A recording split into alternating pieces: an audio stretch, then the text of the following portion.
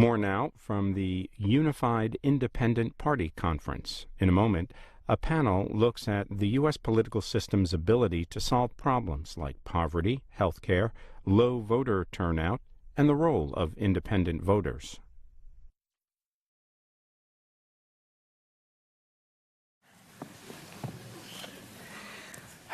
Hello, everyone. Hi, Jackie. Hello there.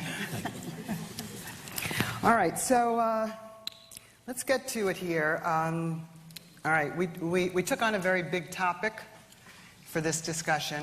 The title of this discussion, this panel, is Can Democracy Transform the Social Crisis? This is obviously a very, very big and important question for the country and for us.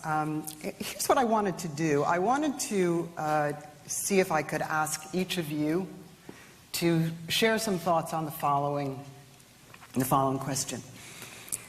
In a time of social crisis that we are living through, poverty is on the rise, joblessness, hopelessness is on the rise, young people are having a terrible time finding their way into careers and into the mainstream. There's a huge housing problem, the education crisis, police-community relations, violence. We saw just a few examples of some of what we're dealing with here. Sometimes when that goes on, when those kinds of conditions go on, it can make people more conservative.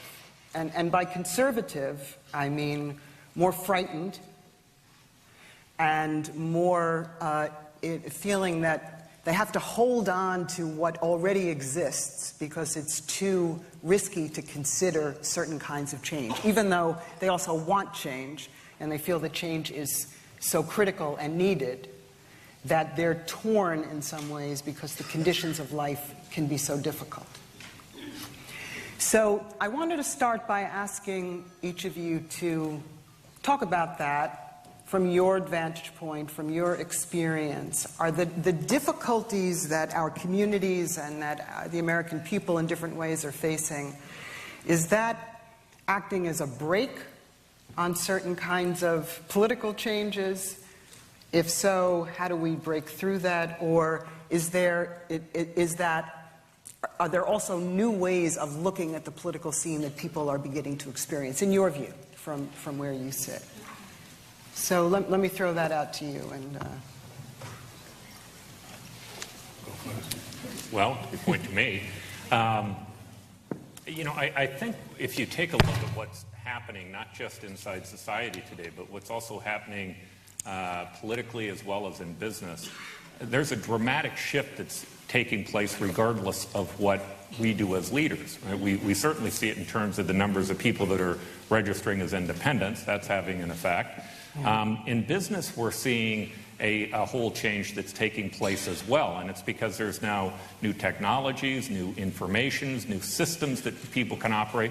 Organizations are now becoming flatter. You're starting to watch the rise of what now is called the exponential organizations that are being pushed and promoted oftentimes through crowdsourcing types of efforts. Steve Jobs said, I thought it was an interesting note, he said the reason that they win is because they put ideas over hierarchy.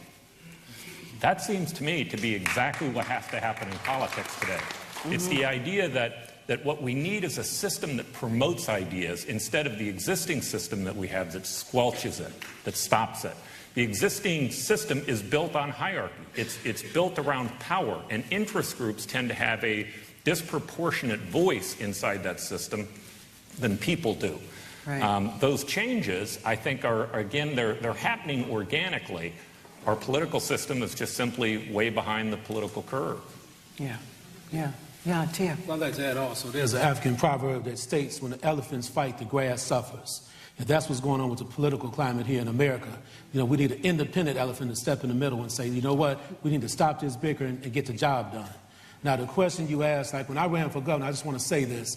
A lot of my friends say this guy has to be crazy to run for governor. But the thing is, I just took care of the business. I traveled the entire state. I visited every Walmart in the state of Illinois, and the majority of voters that I talked with were independent voters. They said it was time for a change. So, you know, as an end result, I was blessed to secure 125,500 votes, and I spent like $60,000 of my own money. It wasn't a lot of money, but the people were tired, and they took on to my campaign. But to answer your question, this is the key right here, in my opinion anyway. In Illinois, right now, 88% of African-American males between the ages of 16 and 19 are unemployed. And nobody wanted to address that issue. I put that on my, as part of my platform, okay? Another statistic out there. 85% of homicides that take place in Chicago take place in the African-American community. And don't get me wrong, I'm for everybody, but these are some issues we need to address. Nobody wants to talk about police brutality. I made that one of my platform issues as well. Because what happens is some politicians, they take on those issues as if they're going to do something about it for real, and then it just drops all of a sudden once they get in office, because it's an enormous issue to try to take on. So as an independent, even though I ran as a Democrat, but I'm more of an independent. And I like what you said, just do it, make it happen. I went out and secured almost like, I only needed 5,000 signatures to make the ballot. But since I know a lot of people, I went out and got 60,000 signatures myself. 60,000, okay? And that's what it's come down to for me. Mm-hmm. All right. Yeah, thank you. So I think what we're answering is the impact of democracy potentially on the social crises. Mm-hmm. And I've been thinking about that a lot. The first time I voted, I voted for Nancy Ross and I, who were running for governor, and I was running for lieutenant governor, and I had never been in the voting booth in my life. But where I had been in the world was in the midst of poverty. I'm from a small town in Pennsylvania. I grew up poor, my family's poor, the city's poor, and more poor people exist and are coming to be poor in this country. And so I think it's so critical for people, poor people, and people who are not poor, who care about poverty, to come together around the issue of strengthening our democracy. And to me, what that means, it has nothing whatsoever to do with who gets elected, because the people get elected in formations that have created the poverty. They don't care about it. They don't want anything basically to do about it. They don't even really talk about poverty in this country. And so I think that we have to continually deepen people's understanding about the relationship between these two. And I think the African American community has a particular role to play in this because subjectively and otherwise we've been taught that the reason why we're poor is because we're shiftless, not that we built this goddamn country and it never let us in.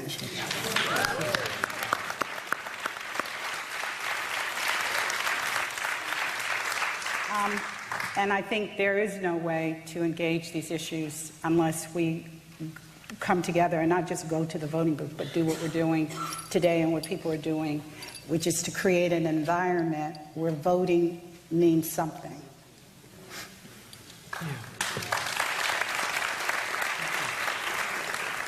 And I guess I'll take off from the environment where voting means something. That's good. Because I think that's what we're all suffering from. And, you know, the more I've been exposed to the political system, the more dysfunction has become clear. And coming from the background I come from, grassroots participation is what really makes the difference in my mind. The most toxic environment I can think of for politics is Washington, D.C., where there's very little flexibility. The system is structurally rewarding the wrong things right now. And, you know, I always remember the FDR quote, "You've convinced me, now make me do it." Right. So it's about giving the leaders that want to be good leaders, because most people want to be good leaders. They don't go into this because they want to undermine people, and they want, you know, prosperity is something everybody will say they want, and I actually believe them. But we have very different visions of what that is, and we get, you know, we're talking about the feeling at risk and defensive, and you get into that defensive crouch, and your ability to be creative, and for me to care about what I care about, when I care about you, and you care about me, and we're having a conversation about how to solve a problem, we're going to come up with such a superior solution to when I don't trust you, I don't like you, and I think your ideas are really stupid. And all of a sudden, you get these adversarial solutions that, frankly, are terrible. I mean, we have the most expensive healthcare system in the world per capita, and we're not in the top 10 in outcomes, we're not in the top 20 in outcomes. How in the world did we achieve that? If we were, and if not just, first we have to do it ourselves, but if our leaders then, you know, we model what we want to see, and we have that kind of, we want it. To me, I want to meet your needs, you want to meet my needs, the outcomes are going to be dramatically better, and we might even get creative and come up with something better than either side on their own could come up with.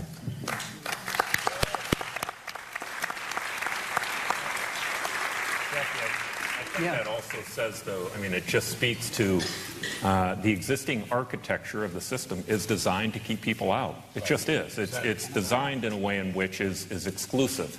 If you go to Arizona, independents now make up about 35%. They're the largest organized or unorganized group, however you would like to see it. They outnumber the Republicans and the Democrats. Yet, if you run for governor in Arizona as an independent, you need 6,000 signatures if you're a Democrat, you need 7,000 if you're a Republican, you need 39,000 if you're an independent. If you end up on the ballot, you're always last on the list. The others rotate, but the independents stay last. If you need a voter list, anybody who's ever run for office knows you have to have a voter list because you have to know how to communicate with voters. It's free if you're a Democrat, it's free if you're a Republican, it's a little over $100,000 if you want to run as an independent. And last, this is the one that's crazy, and to me, is that in 1994, we passed an effort that allowed independents, I was involved in an initiative back then, that allowed independents to vote in the two primaries. Now, the parties are trying to close those out, but one of the things that they've done is they've also said that we have an automatic early voting list. You automatically end up on the list if you voted on an early ballot the year before, unless you're an independent. And if you're an independent, you have to re-register every single time in the primary, meaning the rules are rigged. They're rigged to try to keep that group of people out. In fact, amongst Hispanics, 50% of Hispanics in Arizona are independent. It's the largest group. This is the largest voter suppression effort that we've seen in the country. If this had been happening in the South, it would have been in the numbers that were there. We would have seen it as such back in the 1960s. And instead, today, we ignore it. We're not paying attention to the fact that there are a large group of voices who today are being silenced because of the architecture of the system. Yeah.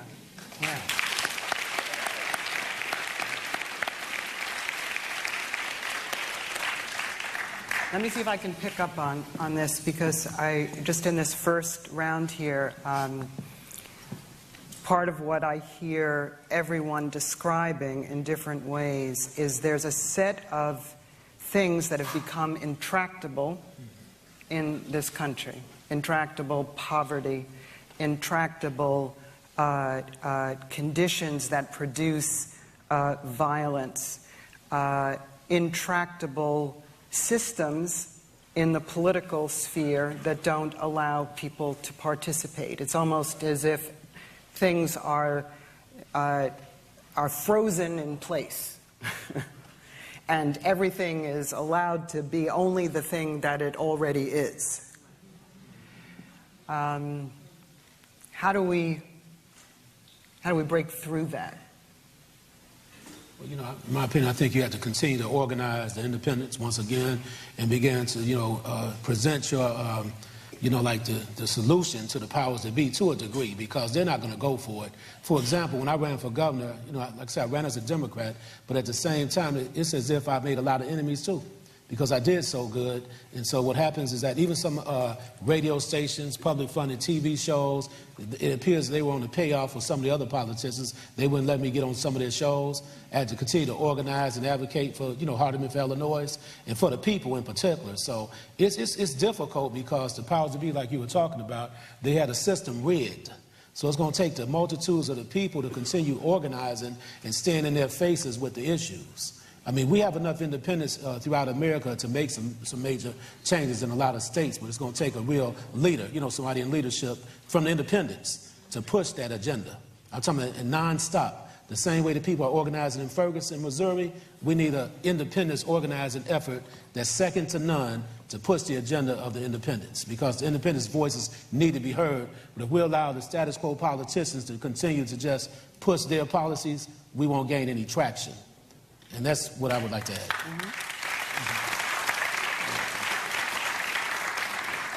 One of the things that's obviously intractable is our relationships to each other. People in this country are so divided, and somebody works overtime to make sure that that continues to happen.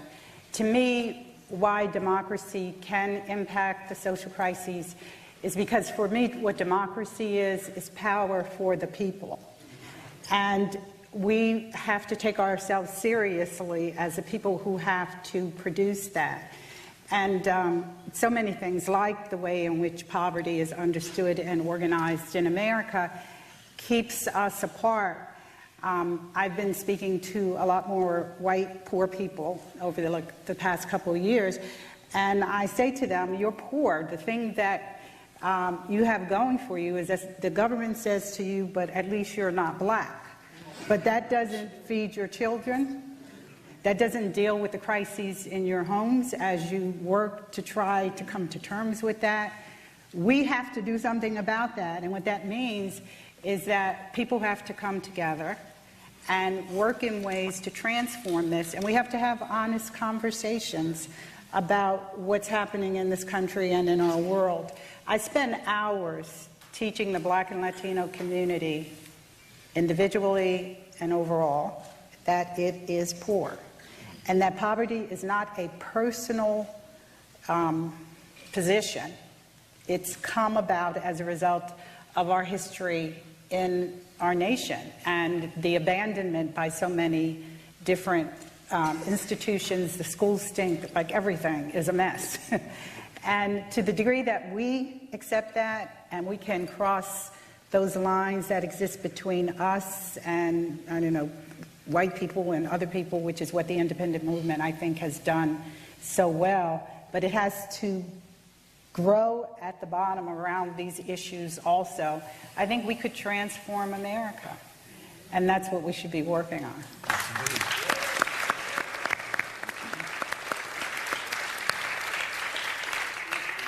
Did you want to speak on this? Well, basically, I'm thinking systemically, and when you're talking about the different communities you're talking in, the living room conversations are specifically designed because we live in increasingly self-segregated communities. Yes. You know, when I ask my progressive friends to have, you know, co-host a conversation with someone with a different view, they say, you know, I don't think I know any conservatives. I live in Berkeley. But, you know, there's a lot. So does my daughter. I mean, I love her.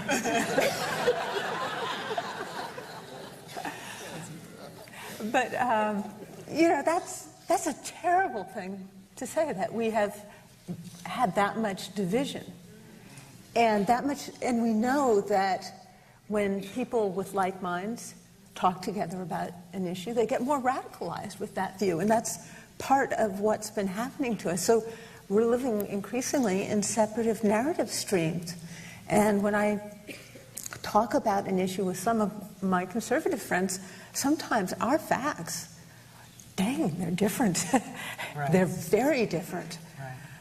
And that makes it very hard for us to have a good discussion on solutions. So, you know, the living room conversations are this invitation to start reconnecting. And at the core of this initiative is it's just one small, simple tool, but it's about making that human connection, because most people think it's our intellects that guide us, and actually it's our emotions that guide us.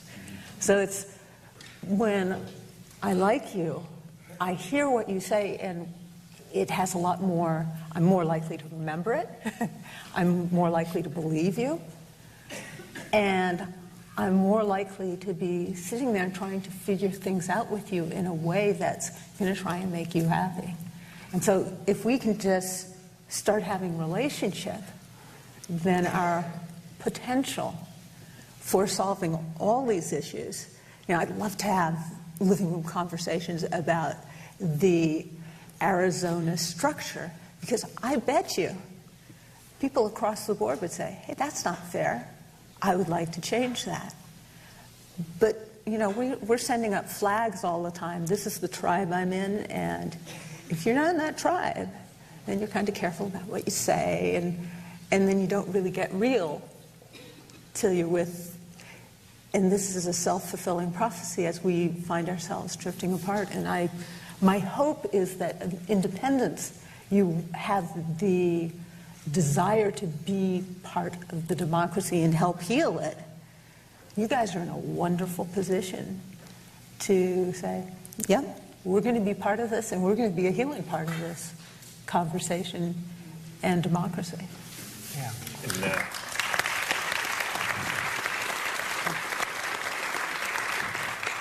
In 2016, we hope to be ground zero on this issue, so we'd love to have you out in our neighborhoods having those conversations. Just to give you a second on how structure affects the minds of elected officials, let me give you an example that I was involved with. The minds of elected officials, because at the end of the day, that's what we're talking about, correct? So, yeah, scary thought. That's actually a scary thought.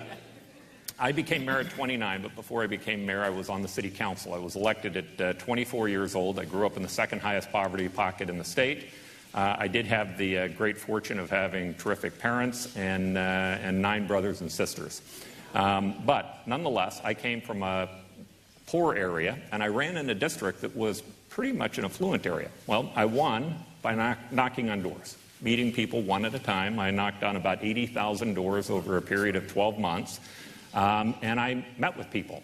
Now, I ran in a nonpartisan election, so I spoke to Democrats, Republicans, and independents. They had an effect on how I thought. There was no doubt I met many good Republicans during that race who had ideas and talked about issues that were important to them and their businesses and their structures and things that they cared about, and it had an influence on me. When I became mayor at 29 years old, there was a governor named Bruce Babbitt. We passed a Martin Luther King Day inside the city of Phoenix, and our governor, Bruce Babbitt, passed it by an executive order at the state level. There was a Republican primary.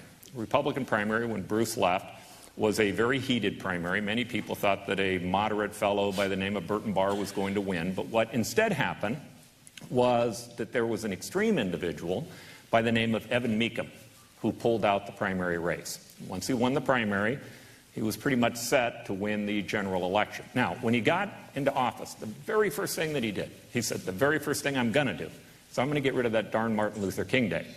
And then he began to make comments. Now, these comments, you can look them up. They're all real comments, and I know them personally because I was mayor at the time, and I had to deal with them across the country. But he said things like, well, I don't know what their problem is. When I was a young guy, black people like being called pickaninnies. He made the comment that he would hire a black man when he was the best person for the cotton-picking job. The Pope came to Arizona, and he says, well, yeah, I'll meet with him, but does he speak English? He went to a Jewish convention, and he told them that they ought to be happy that they live in a nation that's a Christian nation that doesn't do to them things that other people have done to them in the world. Right? The guy was radical. When he got rid of Martin Luther King Day, we went to the voters and put it on the ballot. He came back and put on an item that was exactly the same as ours, only a different date. Split the vote. He was successful at doing it. But that's okay, because we went back and did it again. Now, here's how we did it. I organized business leaders. I spoke to people on the other side. I listened to people who didn't think exactly how I thought. And because of that, we could build a coalition. Arizona is still the only state in the nation that has passed a Martin Luther King Day by a majority of its citizens. I'm very proud of that.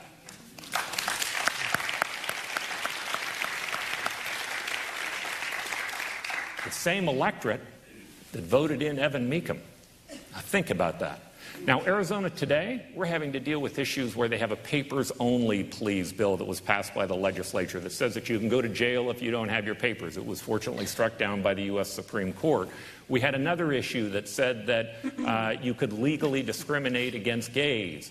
The list goes on in terms of what comes out of our legislature that is far right-wing. But here's the secret.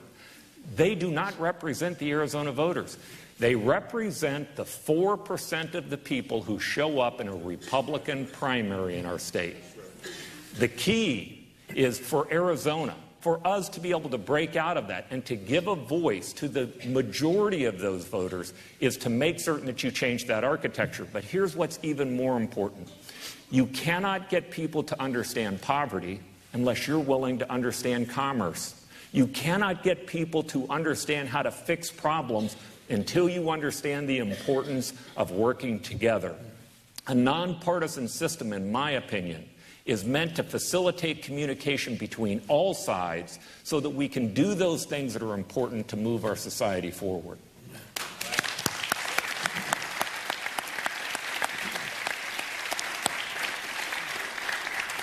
Well, let me see if I can dig a little deeper on what you're saying here. Let's talk about democracy and poverty. Let's go right at this question and let's talk about this. How, in your views, how does expanding democracy at this point in America put us in a better position to engage the issue of poverty? How do you see that both at a political level, at a moral level, and also at a practical level? How do we bring those two issues together?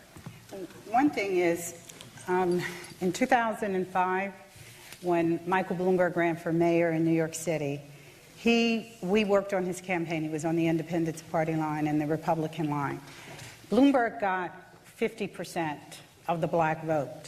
Nobody has ever gotten 50% of the black vote in New York City in the last 20 or 30 years. I mean, it was, unless they were Democrats. And so it was phenomenal. So we went to bed that night, I went to bed that night, silly me, thinking that I was going to wake up in the morning. This was going to be front page news. This is like, I could not wait. Not one media outlet, including the black paper in the city, nobody acknowledged that 50% of the black community had gone out and voted for an independent. We got the vote primarily on the Independence Party line. And so I think the reason for that is because that announcement comes hand in hand with the fact that you can step outside of your box, you can do something different, and you can reorganize yourselves in such a way in the political arena so that you have power. And the people who run this city were determined that they were not going to convey that. And then with power, you do the things that you need to impact on. People in the city currently, for this whole cold season, have been living in NYCHA housing, and there has been no heat. So that's a political issue. That has to do with people knowing that you can stand up and say, you better turn on this heat, or whoever you are in the arena that we're in, the area that we're in, we're not going to vote for you. And there are a whole host of things, to me, that would be taken on if, in fact, we continue to build people's sensibilities, involvement, emergence in the growth and importance of democracy and the relationship between democracy and voting and changing our lives. But we have to work on that because, in fact, now there isn't that relationship because the same people get elected and they do nothing. Right. They let the people freeze in these apartments in NYCHA because they're trying to freeze them out. Yeah. Just want to add, and that's when we talk about the structure, the political structure. We need independent candidates to have the opportunity to participate in debates with the candidates to put those issues on the table. See, the incumbent governor, Pat Quinn, refused to give me a debate, even though I commanded 28% of the state vote. He would not survive a debate with a guy like me because I'm different. And I'm not worried about being politically correct. So when I put those issues on the table, the issues are going to stick into the minds of the people. Bruce Brown, a billionaire, he couldn't survive a debate with me either because his world experience is different from my world experience.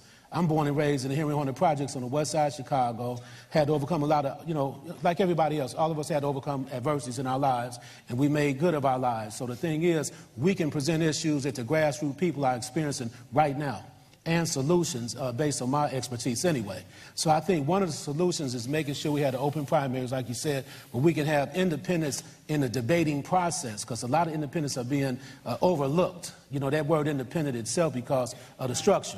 And quickly, I want to say this, like Chicago politics right now, and I'm speaking on behalf of what's going on with African-American leadership in Chicago right now, because, believe it or not, what happened with my election, too, I won 30 counties downstate. I had more problems with my own people than I had with everybody else. I want to make that clear. And in Chicago, African-American leaders came together to knock an African-American lady off the ballot. Her name is Dr. Amara Inya, and she stood a chance to really make a big difference in Chicago. So now with the African-American old guard leadership, what they're doing, they're supporting Jesus Chuy Garcia, which is okay.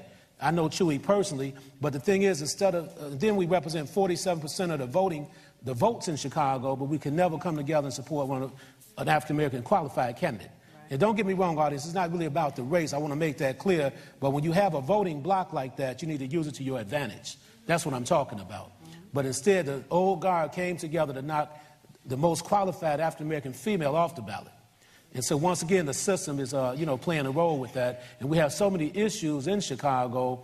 I'm talking about just poverty, not just for African-Americans, poverty, immigration. We have issues with the violence, sexually transmitted diseases on the rise in the African-American community. There's so many things happening. So we need somebody that's going to represent the people sincerely. And that's where independents come in at. Well, I think also, Right.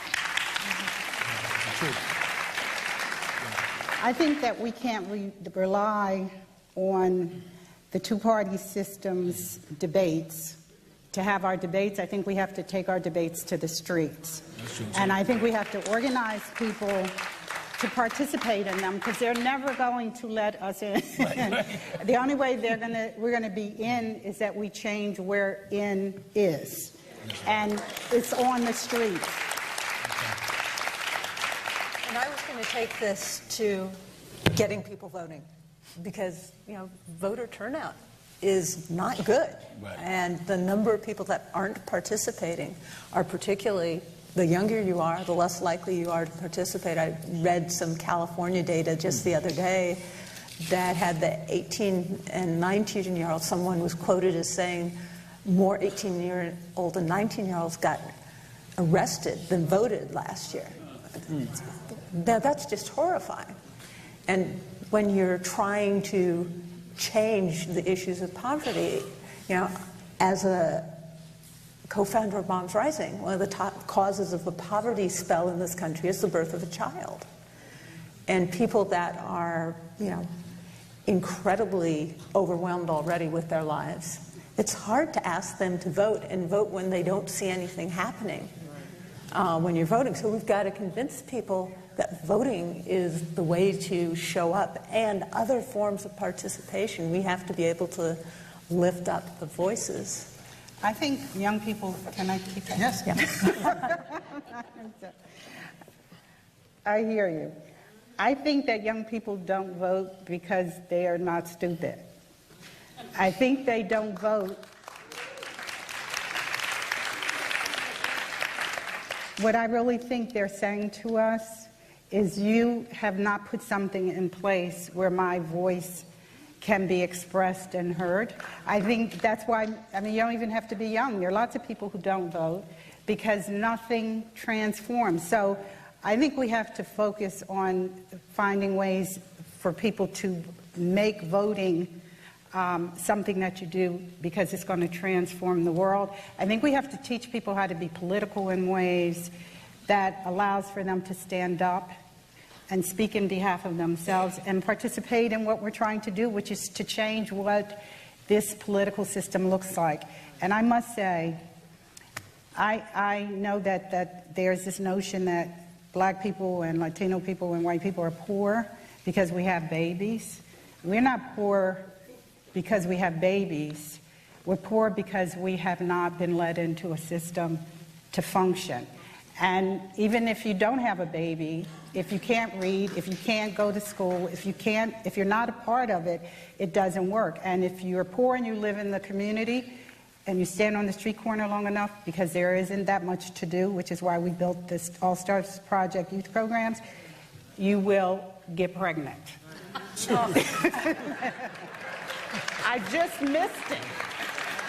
I agree with you about everything you said. I mean, the basic story about, a quarter of, a huge number of people that they fall out of the middle class when they have babies. Well, but these folks have never gotten into it. Yeah, but I'm saying that we have people entering it in a way that it's our growing population of not middle class, in poverty is a huge problem. We want to, have everybody become middle class.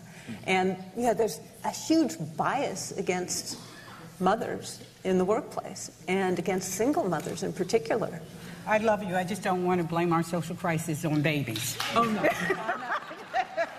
Actually, it's part of the system. We have a bias. If you have a bias against mothers, then you have a bias against babies. That single moms can make about 60 cents to the equally qualified man's dollar. And we have a systems problem because we're making things hard on women that have babies than children. And that goes up to 18. And that's one of the things we have to correct. That's part of what I'm activated about. We don't hate mothers yet. Why is this? At least most of us don't. Don't hate. Most of us have had. Sane people don't. Yeah, I mean, we've got how many mothers here? Yeah. Okay. How many people have mothers? That's kind of it. We need you on our side. Join Moms Rising now. Good work. Paul, do you want to get in on the mom issue, or do you want... On the mom issue, I'm clearly pro-choice on the mom issue. Well, here's what I would tell you, at least on the poverty issue, that seems to make sense to me. I think its solution is symbiotic mutualism. It's a recognition that we're not really divided into parts. I watch what's happening in our country with the Tea Party movement, which has been mainly co-opted by the Republican Party. Their message seems to be one that says the real problem is government. That government has created the problems that we have, and that what we need to do is remove government and our problems would be fixed. On the other side, the Occupy movement, which in many parts has been co-opted by the Democratic Party, seems to say that government is not the problem, that it's the private sector, it's the corporate sector. Well, here's my answer. We've become the mightiest nation, maybe in the history of the planet, and we did so through a process that says both of them are wrong. Both of them, right? Start with government. Government played a key role in building infrastructure in our educational system and building out the ability for people to be able to participate. It passed regulations that were very important to commerce. Civil rights rules, the ability for women and minorities to be able to participate has clearly been helpful to our economy. On the other side, the private sector, they're creating products that we're shipping around the world, things like this, that are changing our quality of life. Effectively, both are important. Now, it seems to me, I went to Nicaragua. I was asked to give a speech on poverty there. I did so. And they asked me, as mayor, how do you fix poverty? Which they just didn't quite understand. Mayors don't really fix poverty, right? But nonetheless, I kind of gave a spiel to them. And my comment was this. I said, look, in the United States, we like weird people. Go back 50 years ago. We had people like Tesla and Edison and Einstein. We almost exalt them. We talk about how great they are. Their ideas that went into the private sector, we taxed them. During both Roosevelt administrations, we began to create a system that took money from that commerce and paid to educate a whole new group of weird people, the Steve Jobs and the Bill Gates and others. If we lose that symbiotic mutualism, I guarantee you what's going to happen to poverty. It's going to get worse. It's going to get a lot worse. The idea is we're all sitting in the same rather narrow rowboat together. And I get the fact that people who come from the impoverished side oftentimes look at the guy on the other end of the boat, the corporate side, and they view it as they want to see them submerge without recognizing that they're tied together. And the business side does the same thing to leaders on the poverty side. Recognizing that we're connected is our only way to survive this thing. And it's our only way to continue what has become the mightiest nation in the history of the planet.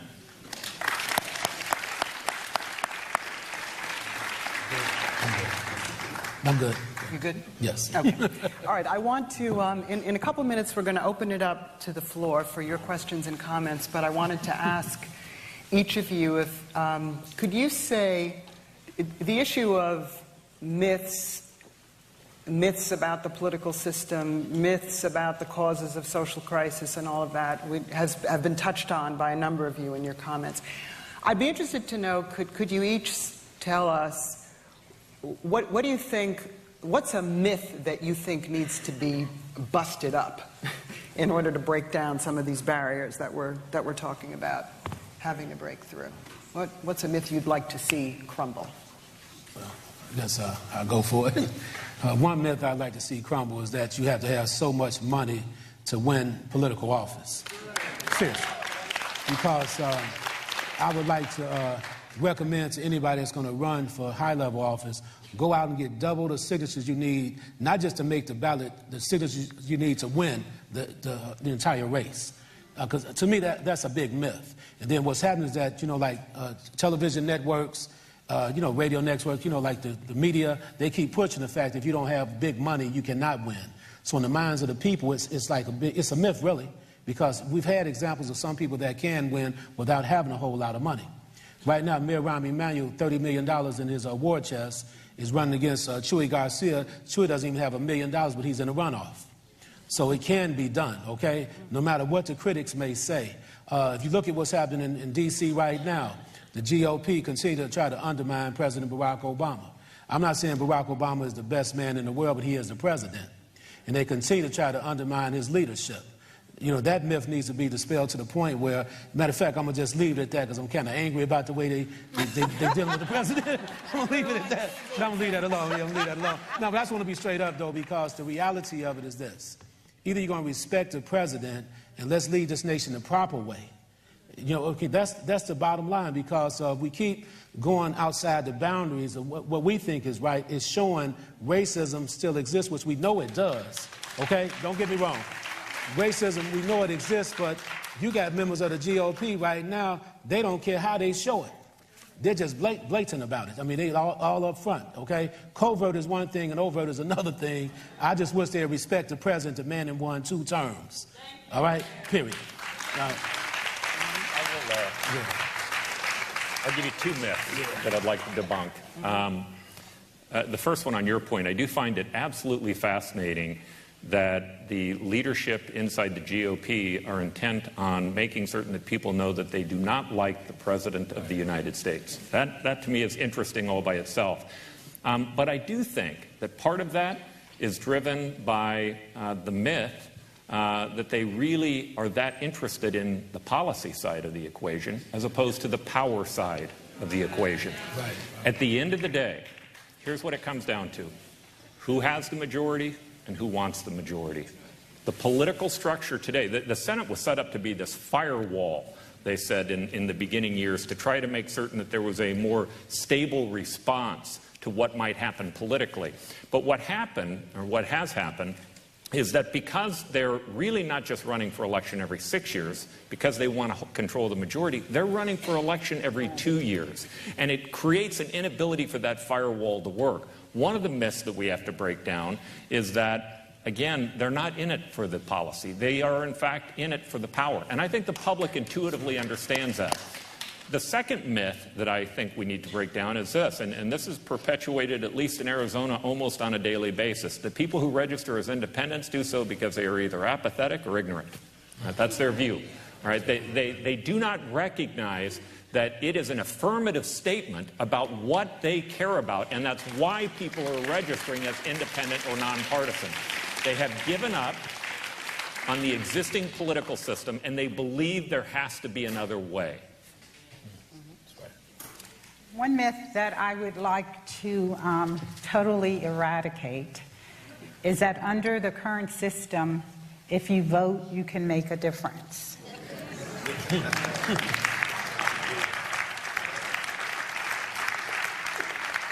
Because the issue isn't just simply voting. The issue has a lot to do with what you're voting for, what the parties represent, what the people represent. And people get beat up so much all the time around not going to the polls and voting.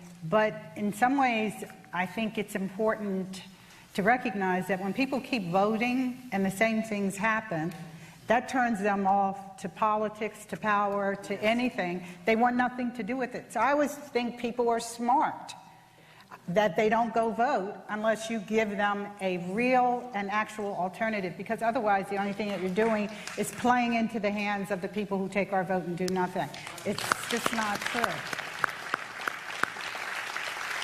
And the other thing I just want to say, the myth is that poverty is self-perpetuating, that it's personal. Even in the segregation, I don't even think that we self-segregate. I think that we've been segregated. When you look at the neighborhoods, people don't even think they can live next door to each other unless you're of some elite class. The neighborhoods are organized in that way, and that keeps people from even knowing who the other is. So people are not responsible in this country for being poor. The country, the nation has a responsibility for doing something about poverty. I think we politically have a responsibility. I feel like I have a responsibility for doing something about poverty. And the ways in which that looks for everybody is that we have to fight against poverty. But we didn't create it. Nobody said, well, do you want to live on Fifth Avenue in New York, or would you rather live in the poorest, most rundown, inaccessible community in the city? And people say, well, I think I'll take the latter. We ended up there because of the consequences of history and the lack of political support from the people who run this city and country.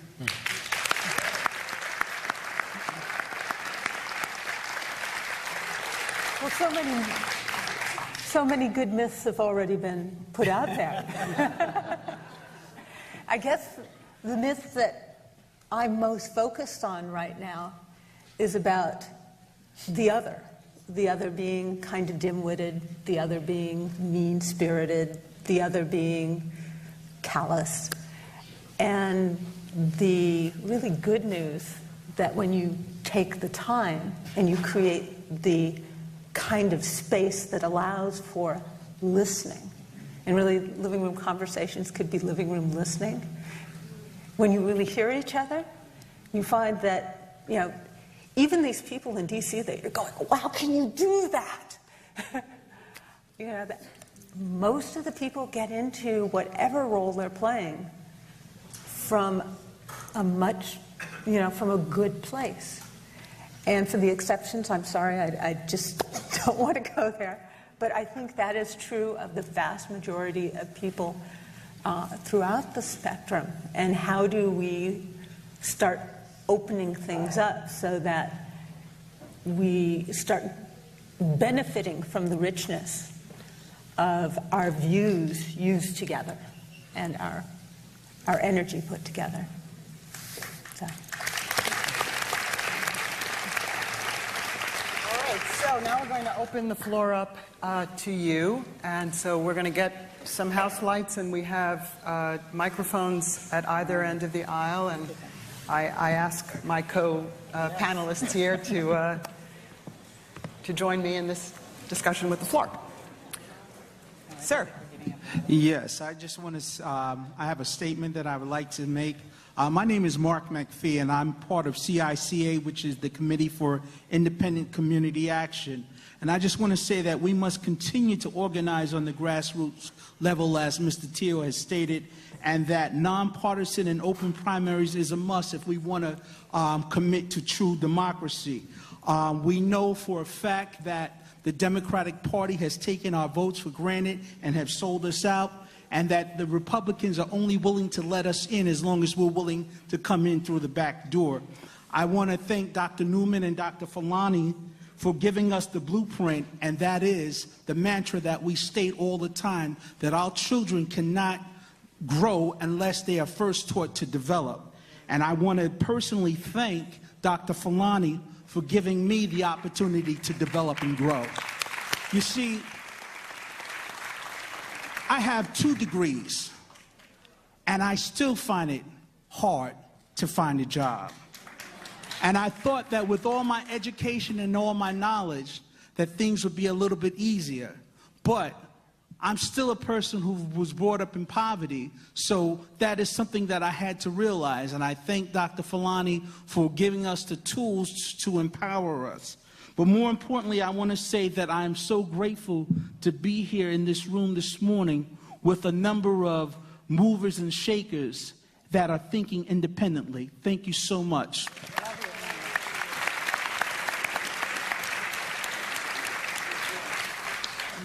Hi, my name is Bob Pearls. I'm a former New Mexico state representative, and I also ran for Congress, and for about 13 years spent 14 hours a day practically campaigning and walking door to door, much like the mayor discussed. All of that activity of mine was as a Democrat. I'm going to return to New Mexico after this conference and change my registration to independent. And hopefully provide some leadership for this movement back in New Mexico, because it's so important. My question for this group, and it's been a fascinating discussion, is it's really difficult to talk to folks about how you make the connection between the disconnect of what they want to see in policy and actual changes in all of these process things that we talk about, whether it's instant voter runoff, whether it's top 2, whether it's public financing, whether it's nonpartisan districting. You know, so I'd like to hear each of you sort of tick off, if you could pass one thing in a state legislature or pass one thing through a referendum that would change and empower independence and empower this conversation that you're talking about, what one thing would you like to see happen? Well, the one thing that I would like to see happen is nonpartisan elections, because I think it's so critical. However, I think you can't even get to that. I think the way that you teach people about this, it's not a talking activity. Put an independent on the ballot and have them work on that campaign. Take them out to the streets, have them participate in the grassroots activity of trying to support an independent, send them to a debate that they can't get into, and let them learn sensuously how locked out people who don't share discriminated against. It's like the best lesson in the world, because they're having that experience and they're shocked, because this, after all, is a democracy. Mine would be nonpartisan elections, eliminating the subsidies for political parties. It would be making certain that all voters and candidates are treated equal, regardless of how they're registered. If I were to give you my second one, it would be, I don't even like the existing structures in the legislature. The fact that they meet in caucuses, that those caucuses are partisan, tend to stymie good ideas. They tend to stymie conversation amongst the groups. I think that they should even be organized legislatively, as opposed to from an election standpoint on a nonpartisan basis. Basically, I concur with everybody. Seriously, I do. I'm not going to repeat what I agree with already. All right. Yes, I think lots of changes, yes. All right, thank you very much. Thank you. Thank you. Bob, I would just add that ditto to everything that was presented here. I think one of the reasons, going to one of the points that Dr. Falani made earlier about not voting and the judgment call that so many people are making, the reason that I like a lot of these proposals, including the focus on primary reform, is that right now the voters are related to as the thing that happens last in the political process, and that is considered choice. We have to change the definition and the meaning of what choice is to, rather than being a passive consumer at the end of the assembly line, to being an active creator of the choices that are getting made. And that's one of the reasons why I think primary reform is so crucial. Yeah. Alvader. Hi, my name is Alvader Frazier. I am an independent leader and I live in Harlem. I did grow up poor in this country. I want to say thank you, Jackie Salett, for convening this conference again. I think it's very important that we continue to do this work. I am one of the myths. I like that question about what myth, because one of the myths I would like to bust up is that America is the greatest country in the world. America needs to deal with its history. It's to deal with its origins. We need to reorganize how we like to think about ourselves, because when you say you're great all the time, that means that you won't take any kind of reflective stock of how you got to where you got. And, you know, wiping out the Native Americans, enslaving African American people, and now continuously oppressing and locking up Latin American people because they want to come here. Those are not great things. So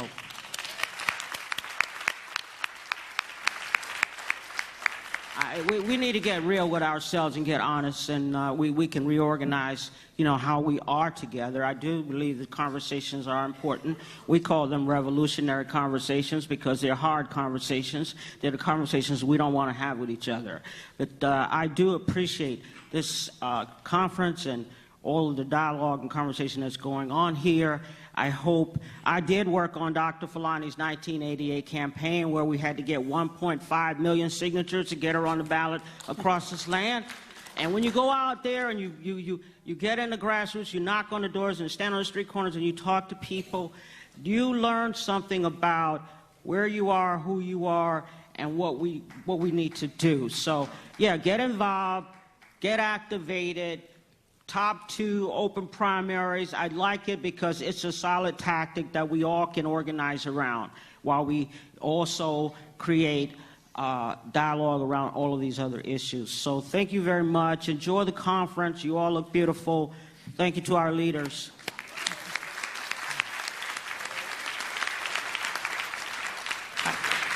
My name is Jason Olson. I'm the director of California's independentvoice.org, which is part of the independent voting network.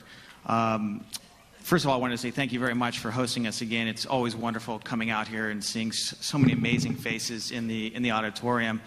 The myth I would really like to explode, and then I have a question for the panel, is that the world just is the way it is, and that there's nothing that ordinary people can do about it. Because I think that this grouping of people right here shows that no matter what the odds aligned us are, there is something that we can do about it. And I'm very happy to be part of that with all of you.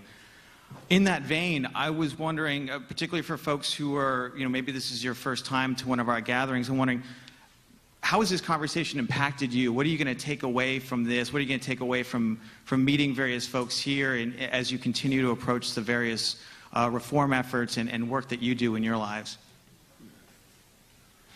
Well, I'd like to say how the conference has impacted me is that I see the makings of a major independent voters movement. And I'm willing to play a role, seriously. I see it. That's the only thing I can say for right now, because I believe in movements, okay? And then I'm looking at the model in Nelson Mandela's life when you talk about the power of a person that can make a difference. We don't just have to go with the norm and the status quo anymore. Yeah. We just have to organize, and Nelson Mandela's life pretty much embodied everything I'm talking about in a lot of people's lives. And I just want to say this just to put it out there if you don't mind. There's a writer named Gary Webb. They filmed a movie called Kill the Messenger on his life. That guy should be upheld in the black community too. He was a Caucasian writer who exposed the fact that the CIA and the government actually introduced crack cocaine into the black communities. And this guy, they say he committed suicide, say he shot himself in the head twice, and he never got another job once he... I'm just saying, he never got another job. Once he exposed the story, he never got another job anywhere. So the point is, I'm just saying there's a lot of things that have taken place in our history as a country that we need to bring up to the table so we can get past them those issues. But just to answer your question, I've been inspired. You can see that by the way I talk. Okay. Anybody else want to comment? I think the lesson that that I take from this is it's always fascinating to me. Again, I come from a state that has a very conservative legislature and very conservative row officers. Conservative is not even the fair word. I mean, we end up getting, again, oftentimes people who are on the extremes. And our goal is to bring them back to the center, which is, of course, a leftward movement. In other states, you see the exact opposite, where the Democratic Party has had overwhelming support, and they've stifled out voices as well. What's interesting is that it oftentimes isn't really an issue between right and left. It's just simply an issue of, do you have a voice or do you not have a voice?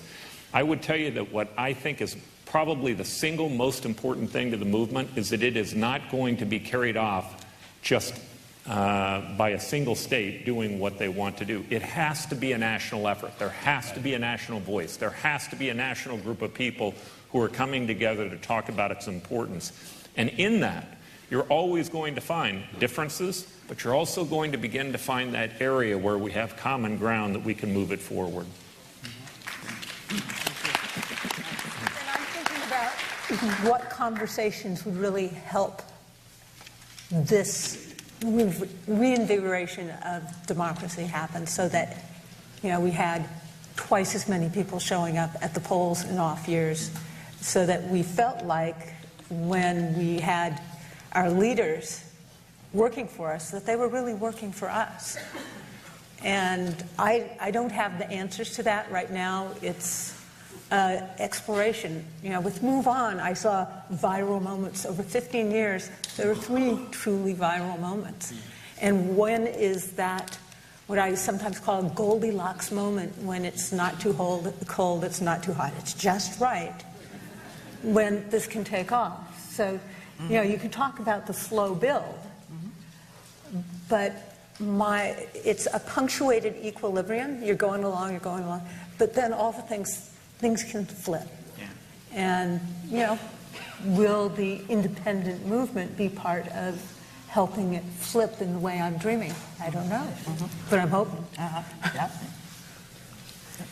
Sir?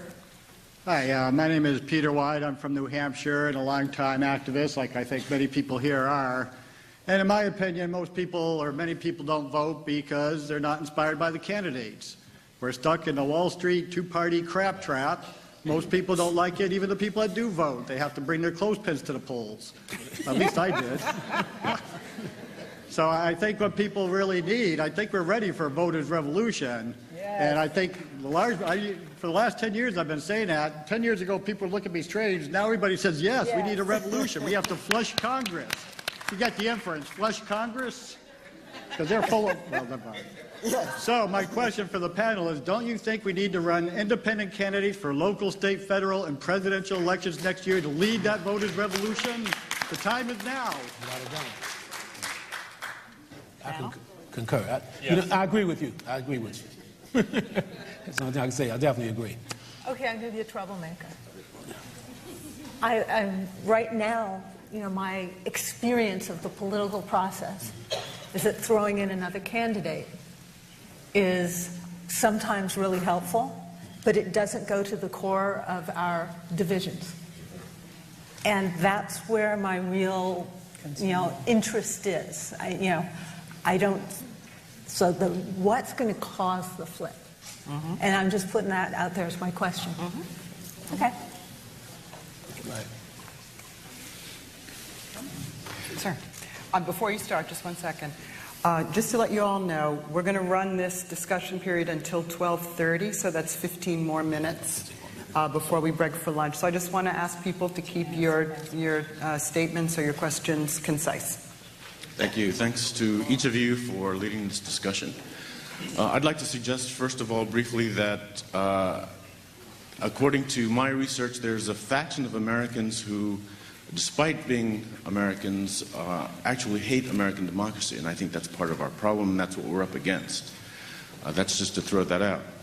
I would like to thank Mr. Johnson for the image of the canoe, because my name is Philip, I'm from New York, and I'm homeless, and I take from what you said that if I sink, you sink, and if I sink, everyone here sinks. I appreciate that. I've suffered from long-term homelessness despite a college degree. And I would like to ask you and the Independent Party, this is an appeal, to make homelessness an issue for across the nation, because we're seeing increasing criminalization of homeless people. Despite the fact there's an increasing number of college-educated people and veterans among us. So this is, of course, a particular question of interest to me. I am involved with advocates in New York City and would like to throw the issue out to the National Party that this issue becomes important to the party across the country. Thanks very much. Thank you. Thank you.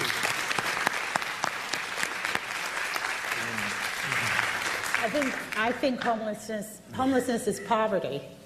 I organize homeless people all the time. It is a very important part of what it is that we're doing.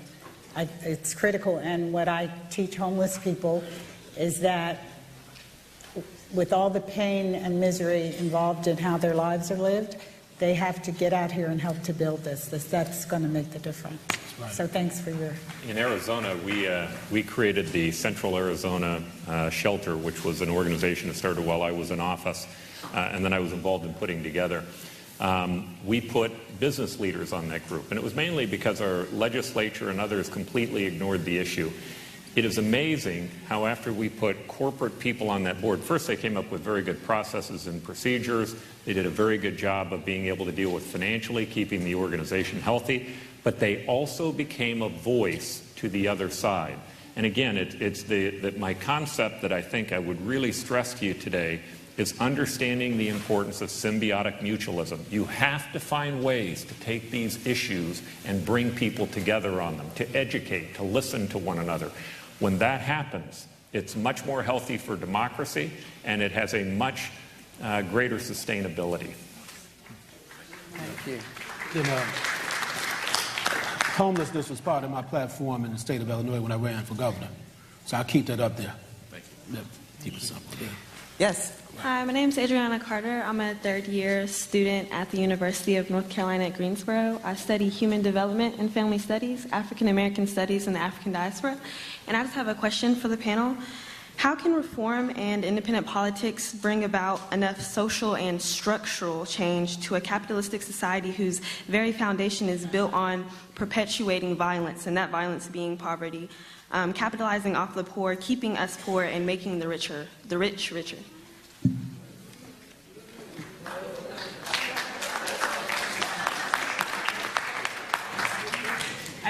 Things are brought to societies by virtue of activity on the ground of people. So the society itself is not going to reorganize itself. Who's going to reorganize itself are young people and rich people who care about these issues, and everybody in between. It's the activity that we have to organize people to do. If we want to change it, we have to change it. Thanks. Yes. Hi, I'm Heather DeMarco, and I have a question regarding Moms Rising.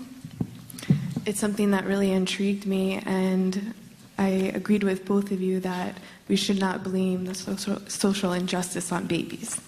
And I had a question as, how do you think that the psychological development of people of poverty has an effect for, as a whole nation culturally? We're very passive when it comes to things. We can change the laws, but culturally we become very sick.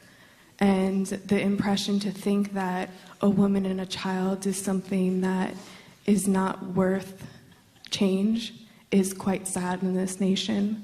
So how do you think we can use psychology through developing the youth as a tool to change the platform for youth to be more interested in political situations? Well, I think Moms Rising is all about getting mothers and their kids showing up. And we actually had a great group of mothers and kids show up in Washington State for paid sick days just 2 weeks ago, I think, and paid sick days are happening. So when things aren't working on the national level, Sometimes we can get really substantial successes at a local. Some of the paid sick days have been happening in cities and at the state level, and start modeling good behavior.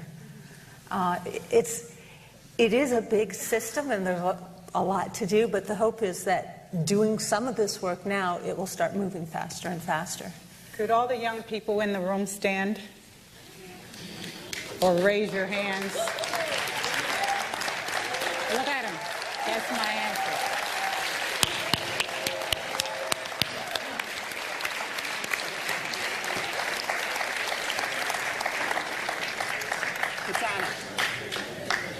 Hello, my name is Katana Barnes. I'm the president of Independent Voters of Nevada, and I just wanted to share an anecdote, thank you, from my visit with Jackie Salit and Joan Blades when you spoke about your changing conversations. And in January, I went to the Nevada Women's Lobby, which I am a member of. We lobby our legislature, and this year we're faced with the most conservative legislature we've had in 30 years. So the question came up about young voters and the fact that we can't get them to the polls to vote and change what's happening with the legislature. So I asked a question: how do we change the conversation to a more inclusive and less, they don't like the language. So how do we change that conversation? And the entire room came undone. These are Democratic leaders from the state. It's supposed to be a nonpartisan group. And it got partisan real quick. And it spent 45 minutes doing that. I just wanted to share that with you. Thank you. Yes, sir. Good day, everyone. I apologize for the cell phone. My name is Reginald Sweeney. I ran a campaign called Sweeney 2013 on the Democratic ticket. My campaign was run with just $4,000. We had 7 candidates. Once the Democratic candidate won that primary, it was a shoo-in out of Brooklyn, Bedford-Stuyvesant. We had the same people for 39 years, 40 years. I'm just thankful to be here because I snuck out the house, 4-year-old son. But I want to know, how does the Independent Party groom its candidates? I'm not frustrated. I'm just a little tired of the same two-party system where when I ran in that primary, they were very upset. My goal is to have an independent voice. I don't feel switching parties because I'm angry at one party that really doesn't do anything. And I've heard a lot of things about homeless and poverty. We wasn't born poor. And I just wanted to just put it out there. When you have candidates that previously ran, somebody like myself, I came here before, last year, I believe, and Dalfo Carrion is a good friend of mine. So my question is this: how do you vet the candidates that you put there to run for these primaries? And there's a little groundswell with the minorities within the middle class, upper lower middle class. They want to switch parties. I'm involved with Sunset Park. So there's a lot of conversation at the table about one party doesn't do anything, the other one. So you're going to have a lot of voters that are not happy with a lot of things that are going on. And I hope that maybe someday I can meet someone that can probably talk to me more about your party. But it was Sweeney 2013. It would be interesting if you just looked at, because I videoed every debate, and I wanted to make sure that I didn't sound like an idiot while I was debating these guys. There is so many seats that is vulnerable seats for both parties that I think your party can probably make some inroads. But I'm being gentrified out of Brooklyn. There's homeless, there's things. So I just want to thank you. I didn't want to take 30 seconds, but good work, and you never know. But there's room for change. Thank you. Thank you. Yes, sir. Hello, all. Hello. There isn't a national conversation about poverty, as Dr. Filani said earlier. However, since we last met 2 years ago, there has been created a very prominent international conversation about persistent and growing inequality of wealth and income. And in the U.S., interestingly, it really started with grassroots organizing and protests by Occupy Wall Street. And now it's gotten much bigger with Piketty's book, which has sold 1.5 million copies, with Republican presidential candidates having to address this issue. The Wall Street Journal on Monday having an op-ed piece which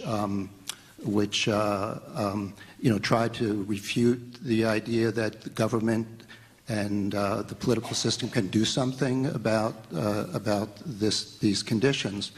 And so my question is whether you've been at all thinking about how to relate this to the problem of political dysfunction, because one of the most recent books did a study of 23 or so democracies around the world, wealthy democracies, and found that there is a direct relationship between the extent of inequality of wealth and income and the structure of the political system in terms of how many vetoes there were before something could become law.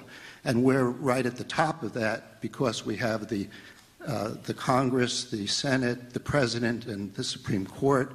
And I think what can be added to that from what the independent movement is doing is to point out that we have yet another dysfunction, which is the partisanship of the political parties, that should be put into the equation in this national and international conversation about what can be done about changing the growing inequality of wealth and income. So my question is, do you think we can intersect this and with the issue about political partisanship? Yes. Yes.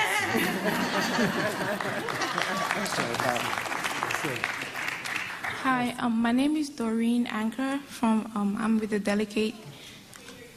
Hi, my name is Doreen Anker, and I'm with the delegate from BCC, and we were invited by Dr. Rafael Mendez. My question is, this is the first time I've ever been to a program like this, and I really liked it. And I'm thinking about... We like you. Thank you. And I'm thinking about being an independent voter. So, my question is, if I accept myself to be a poor person and the government or the president is never allowed to say poor person or poor people, but keep saying the middle class, how will I know that there's somebody there who recognizes my condition and will help me get out of it? And also, now I want to be an independent voter. If I vote for any independent candidate, what is the guarantee that this person is going to recognize my condition in the society and can help me out of it? Thank you. I have two quick things. One is that, I mean, I know we keep talking about voting for candidates, but what we really are trying to do is to transform what the process is. So part of what independents should be doing as they run for office is working on that issue, whether they win or lose, because that's the issue. I'm great. If I win for president of the United States, and I won't, but if I did, the system's not going to change. We're trying to change things systematically. What was the first thing you said? What is the first question you asked? My question is, if the president is not supposed to talk then about you poor dump people. him. No, I'm serious. That's what you do. And Obama did that. He went from talking about poverty when he first ran, and then the night of his second inauguration, he talked about middle classness. I turned the TV off. Okay, good. All right, listen, here's what we're going to do. We're going to take two more people from this side, two more people from this side. I want to ask you to please keep your comments very short. Everyone else, you'll get a chance to talk again in the second audience discussion. So. My name is Evans Thompson. I'm a member of UX. I'm CICA. And I'm also involved with the Cops and Kids. And my question is this. We have been infiltrated, our government, by outside forces who are actually messing the country up. How do we get rid of those people who are actually inside of the White House with their policies and their lobbies, and they're actually causing wars and taking money out of the American public that we need here for education and the kids. How do we stop these maniacs? Well, you know, one way to stop it is you have to vote more independent candidates into office. That's it. You gotta, that's the reality right there. And people, yeah. I'm good. The comment that was made earlier about how do we vet people, here's the best way to vet people. You allow everybody to run, and the top 2 vote getters get to the next level, meaning the voters vet them. The voters. Okay. Sir. Hi, my name is Orpheus Jordan. I'm a daily volunteer with Kathy Stewart and Ms. Hoffman. I'm an MPA graduate, and I've noticed that the United States of America is really the divided states of America. Everything in this country is separated. Age, color, gender, everything, religion, everything is so separated, but we say we're united. My thing is that if we would focus more on solutions to the problems instead of focusing on parties and give the people more of a voice, we would find better solutions to these problems. Yes. I don't believe that it's fair that only 2 parties dictate these directions of how the country goes. I believe that if we have this political reform where we just eliminate parties, just eliminate the parties. No, I'm being frank. Because at the end of the day, and I'm going to wrap it up in 20 seconds, at the end of the day, it's the solutions that we need. I tell my clients, I'm a work readiness instructor for FAGS, and I'm pretty sure you know what was happening with FAGS. But at the end of the day, I tell my clients that at the end of the day, we need to speak up. We need to get out and be more involved in our communities to have a better voice so that the solutions can be made more apparently clear. Good. Instead of parties dictating the direction. Thank you. Thank you. All right, last 2 speakers. Rich. Hi, I'm Richard Winger. I have a question for Dr. Fulani. I loved the video greeting this morning. Richard. I saw that wonderful picture of you in 1992 campaigning in the New Hampshire Democratic primary. And that picture we all saw this morning said above it, 2 roads are better than 1. And what you meant by that is 2 roads to run.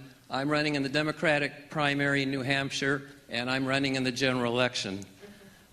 If we had had a top 2 system in the presidential election of 1992, you could not have run in the general election. One of your roads would have been taken away. So I wonder how you feel about that. Well, first of all, what I was speaking to was the reality of the political process at that time, and I was supporting Reverend Jesse Jackson because historically his campaign was important in the Democratic primary, and I ran myself as an independent because I knew that the Democratic Party was not going to give their primary position over to, or whatever, their presidential slot over to Jesse. So I don't know if this is a trick question, but that had particular historical meaning. I don't think every time somebody runs, or the next time that I ran on a 2-road strategy. And so I don't know what else to say. What is it that you don't like? Well, if you've given me a second chance, I'm a San Francisco voter. My ballot. Top 2. That's what you're speaking to.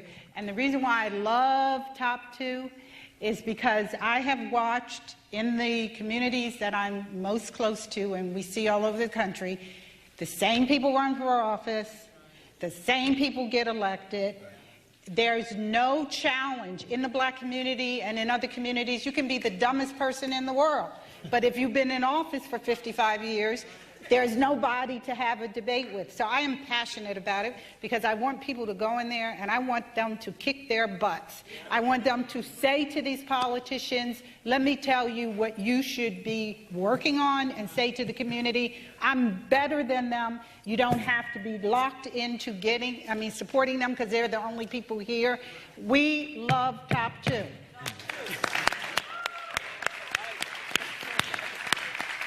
I'm a San Francisco voter. My ballot in November had one Republican and one Democrat So on then the y'all ballot, should get better and put an nobody independent else. on. So I didn't vote for the first time in 50 years.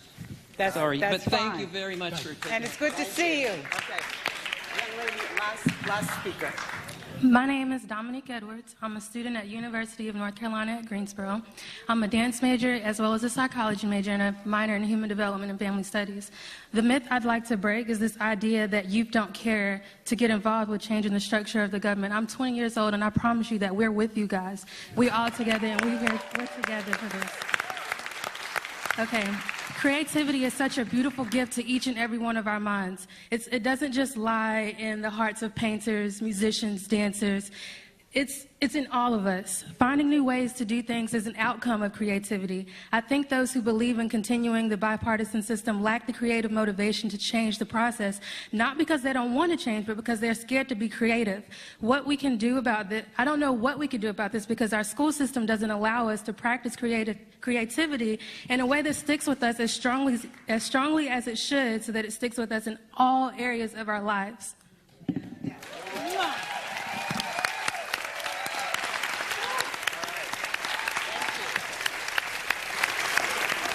All right, let's have another round of applause for our panelists.